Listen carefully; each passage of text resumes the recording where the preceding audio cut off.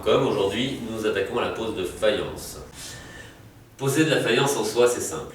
La seule difficulté réside dans le premier rang, qui doit être parfaitement horizontal. Je choisis de démarrer le premier rang au bord de la porte. Plus tard, nous installerons une baguette de décorative sur le bord de cette porte.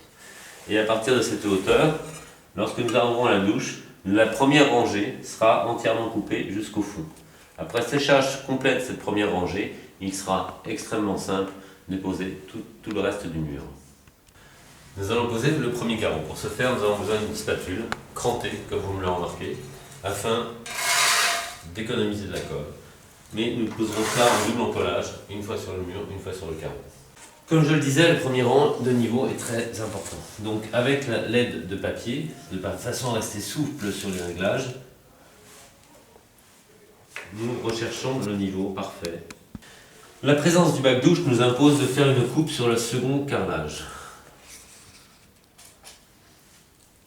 Reporter la dimension entre le premier carrelage et le bac douche, moins l'épaisseur du joint d'environ 3 mm.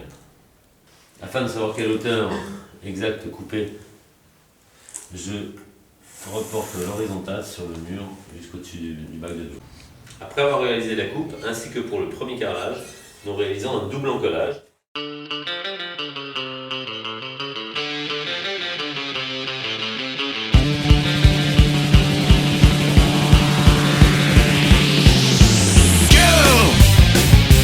Take you to a gay bar. I wanna take you to a gay bar. I wanna take you to a gay bar, gay bar, gay bar.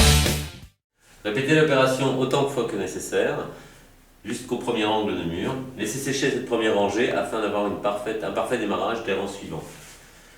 Le temps de séchage, vous pouvez attaquer l'autre bordure de la même manière que précédemment.